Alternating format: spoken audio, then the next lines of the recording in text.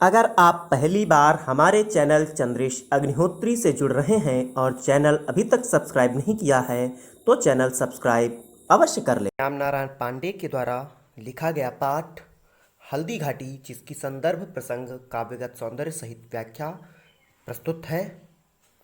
सबसे पहले जो संदर्भ आपको सभी पद्यांशों के लिए प्रयोग करना है कि प्रस्तुत काव्य पंक्तियां हमारी पाठ्य पुस्तक हिंदी के काव्य खंड में संकलित तथा ओजस्वी वाणी के कवि श्याम नारायण पांडे द्वारा रचित हल्दी घाटी शीर्षक से उद्धृत हैं। प्रसंग में पहले पद्यांश के प्रस्तुत काव्य पंक्तियों के माध्यम से कवि श्याम नारायण पांडे जी ने हल्दी घाटी की युद्धभूमि में महाराणा प्रताप द्वारा दिखाए गए रण कौशल का दृष्टांत वर्णन प्रस्तुत किया है। आइए देखते हैं पहला पद्यांश, जिसे आपको संदर्भ प्रसंग काव्यगत सौंदर्य सहित अपनी कॉपी पर नोट करना होगा। मेवाड़ केसरी देख रहा केवल रण का न तमाशा था, वह दौड़ दौड़ करता था रण, वह मान रक्त का प्यासा था। कवि श्याम नारायण पांडे जी कहते हैं कि मेवाड़ केसरी अर्थात महाराणा प्रताप केवल युद्ध का तमाशा ही नहीं देख रहे थे, बल्कि वह इस प्रकार से रण माने युद्ध में दौड़ रहे थे, इस प्रकार से इधर उधर घूम रहे थे कि मानो मान सिंह जो शत्रु सेना का नेतृत्व कर रहा था उसके खून के प्यासे हों, अर्थात उसकी मृत्यु बन करके वह इधर उधर घूम रहे थे। चढ़कर चेतक पर घूम घूम करता सेना रखवाली था, ले महामृत्यु को साथ साथ मानो प्रत्यक्ष कपाली था। कवि कहता है कि महाराणा प्रताप अपने घोड़े चेतक के ऊपर बैठ करके इधर उधर घूमते हुए अपनी सेना की भी रक्षा कर रहे थे और इस प्रकार से शत्रु सेना में घूम रहे थे कि मानो स्वयं महाकाल इस युद्ध को करने के लिए, शत्रुओं का विनाश करने के लिए रण क्षेत्र में आ गए हों। कपाली माने महाकाल। इस पद्यांश में जो आपको काव्यगत सौंदर्य लिखना होगा कि वीर रस, ओजपूर्ण शैली, मुक्त और तुकांत छंद, श्लेष, अतिशयोक्ति और पुनरुक्ति, प्रकाश, उत्प्रेक्षा और अनुप्रास अलंकार का प्रयोग प्रस्तुत पद्यांश में किया गया है। दूसरा पद्यांश आपको प्रसंग पहले वाला ही लिखना होगा। चढ़ चेतक पर तलवार उठा रखता था भूतल पानी को, राणा प्रताप सिर काट काट कर फल जवानी को।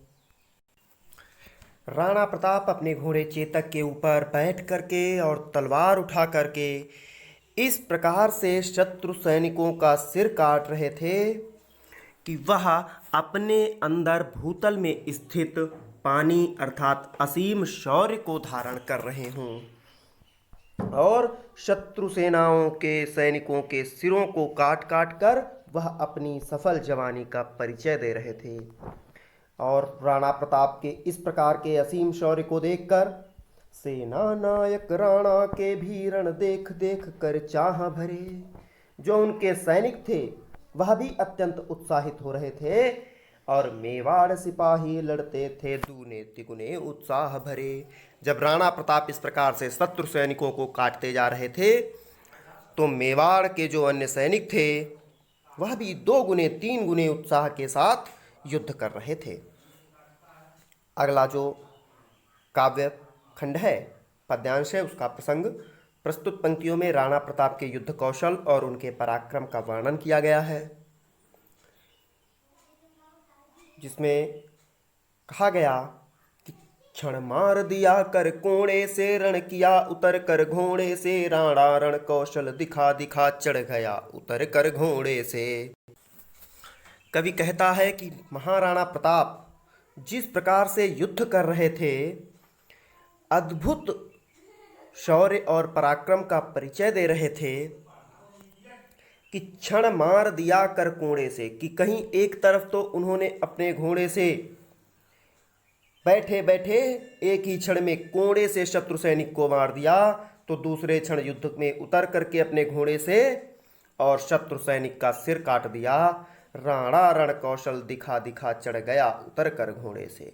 राणा अपने युद्ध कौशल को इस प्रकार से दिखा रहे थे कि कहीं घोड़े पर चढ़कर, कहीं घोड़े से उतरकर, हर तरह से वह शत्रु सैनिकों का विनाश कर रहे थे।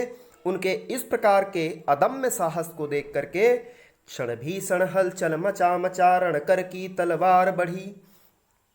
राणा प्रताप के कर्मने हाथ से तलवार जिस तरफ को शत्रु सैनिकों में बढ़ जाती थी, उधर ही भयंकर हाहाकार मच जा रहा था। राणा प्रताप को देखकर ऐसा लग रहा था शोर रक्त पीने का यह रणचंडी जीभ पसार बढ़ी, कि मानो स्वयं चंडी, रणचंडी अर्थात महाकाली, अपनी जीभ को शत्रु सैनिकों के रक्त को पीने के लिए पसार रही हो, अर्थात स्वयं महाकाली अपनी जीभ को शत्रु सैनिकों के खून को पीने के लिए बढ़ा रही हो।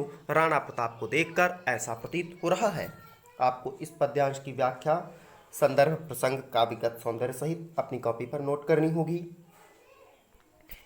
इस पद में आपको काव्यगत सौंदर्य पिछले वाला ही लिखना होगा, क्योंकि वीर रस, ओज गुण और अतिशयोक्ति अलंकार का प्रयोग इस पद्यांश में भी किया गया है। अगला पद्यांश आपके सामने है, जिसमें आपको प्रसंग प्रयोग में लाना होगा कि प्रस्तुत पंक्तियों में राणा प्रताप के रण कौशल का वर्णन किया गया है।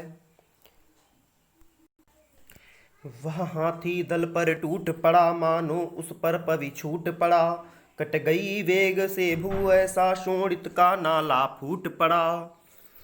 कवि कहता है कि महाराणा प्रताप इस प्रकार से शत्रु सेना के हाथी दल पर हमला कर रहे हैं।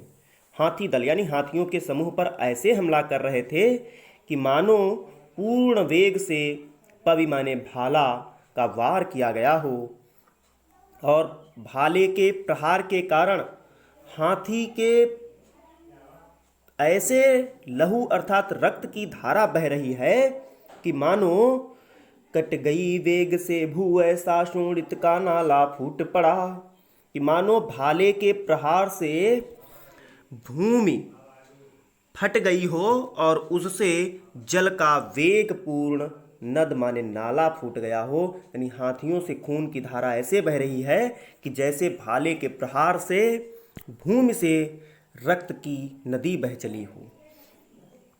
जो साहस कर बढ़ता उसको केवल कटाक्ष से टोंक दिया, और यदि कोई सैनिक हिम्मत करके आगे बढ़ने का प्रयास करता तो केवल राणा प्रताप की तिरछी निगाहों से ही वह भयभीत हो जाता। लेकिन परंतु जो वीर बना नभ बीच फेंक बरछे पर उसको रोक दिया। यदि कोई बहुत अधिक साहसी बन करके राणा प्रताप के पास में आने का प्रयास कर गया तो राणा प्रताप ने उसे बीचों बीच हवा में ही अपने भाले से रोक दिया, अर्थात उसे भी मृत्यु के घाट उतार दिया। इसमें आपने देखा कि किस प्रकार से महाराणा प्रताप के असीम पराक्रम का वर्णन किया गया। काव्यगत सौंदर्य, राणा प्रताप की वीरता का अद्भुत चित्रण, वीर रस, मुक्त और तुकांत छंद है, ओजपूर्ण शैली, साहित्यिक खड़ी बोली, उपमा, अनुप्रास और अतिशयोक्ति अलंकार का प्रयोग इस पद्य में किया गया है। अगला पद आपके सामने है, जिसमें कवि ने राणा प्रताप के शौर्य से युद्धभूमि में फैले हाहाकार का वर्णन किया है। कवि कहता है, क्षण उछल गया अरि घोड़े पर, क्षण लड़ा सो गया घोड़े पर, बैरी दल से लड़ते लड़ते क्षण खड़ा हो गया घोड़े पर। कवि कहता है कि यदि कोई शत्रु राणा प्रताप पर हमला करने के लिए उठा भी तो वह सो गया घोड़े पर, माने वहीं का वहीं ढेर हो गया। बैरी दल से लड़ते लड़ते क्षण खड़ा हो गया घोड़े पर। शत्रु सेना से युद्ध करते करते, बैरी माने शत्रु, दल माने सेना, शत्रु सेना से लड़ते लड़ते कभी कभी अपने घोड़े पर ही खड़ा भी हो जाता। क्षण में गिरते रुंडों से मदमस्त गजों के शुंडों से, घोड़ों के विकल वितुंडों से पट गई भूमि नरमुंडों से। क्षण में गिरते रुंडों से मदमस्त गजों के शुंडों से, घोड़ों के विकल वितुंडों से पट गई भूमि नरमुंडों से। अर्थात जब राणा प्रताप युद्ध कर रहे थे, रुंड मतलब धड़ विहीन सिर, शत्रु सेना के सैनिकों के शरीर से धड़ एक तरफ गिरते चले जा रहे थे। ठीक उसी प्रकार से जैसे मदमस्त हाथियों के सूंड से मद बहता रहता है, ठीक उसी प्रकार से शत्रु सैनिकों के सिर अलग होते जा रहे थे, गिरते जा रहे थे। घोड़ों के विकल वितुंडों से पट गई भूमि नरमुंडों से। और घोड़ों की विकलता और राणा प्रताप के अदम्य साहस के कारण शत्रु सैनिकों के मुंड अर्थात सिरों से पूरी भूमि पटती चली जा रही थी। राणा प्रताप के प्रहार को शत्रु सैनिक सहन नहीं कर पा रहे थे। अगला जो पद है, प्रस्तुत पंक्तियों के माध्यम से कवि ने राणा प्रताप द्वारा मुगल सेना के छक्के छुड़ाने का वर्णन किया है। आप इस पद की व्याख्या संदर्भ प्रसंग काव्यगत सौंदर्य सहित अपनी कॉपी पर नोट कर लेंगे। ऐसा रण राणा करता था पर उसको था संतोष नहीं, क्षण क्षण आगे बढ़ता था वह पर कम होता था रोष नहीं। राणा प्रताप इस प्रकार से युद्ध कर रहा था, इतने साहस के साथ युद्ध कर रहा था, परंतु उसको अभी भी संतोष नहीं था, वो संतुष्ट नहीं था। वो शत्रु सैनिकों का सर्वनाश कर देना चाहता था और वह जैसे जैसे आगे की ओर बढ़ता जा रहा था, उसका क्रोध और उसका उत्साह कम होने के बजाय और अधिक बढ़ता जा रहा था। और वह कहता था कि वह मान सिंह कहाँ पर युद्ध कर रहा है। कहता था लड़ता मान कहाँ, मैं कर लें रक्त स्नान कहाँ, जिस पर तय विजय हमारी है वह मुगलों का अभिमान कहाँ।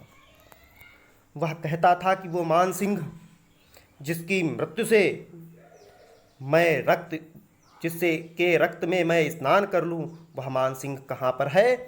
राणा प्रताप को पूर्ण विश्वास था कि युद्ध में विजय उनकी ही होनी है। इस कारण कहते थे कि जिस पर मुगल सैनिक अभिमान करते हैं वह मान सिंह कहाँ है, मैं उसे अवश्य नष्ट कर दूंगा। कवि के द्वारा राणा प्रताप के अप्रतिम शौर्य का बखान किया गया है। खड़ी बोली, वीर रस, अनुप्रास, पुनरुक्ति प्रकाश और श्लेष अलंकार, ओजपूर्ण शैली। पूरा वीडियो ध्यान से देखने के लिए आप सभी का बहुत बहुत धन्यवाद। अपने सभी मित्रों को वीडियो शेयर करें। Thanks, have a nice day.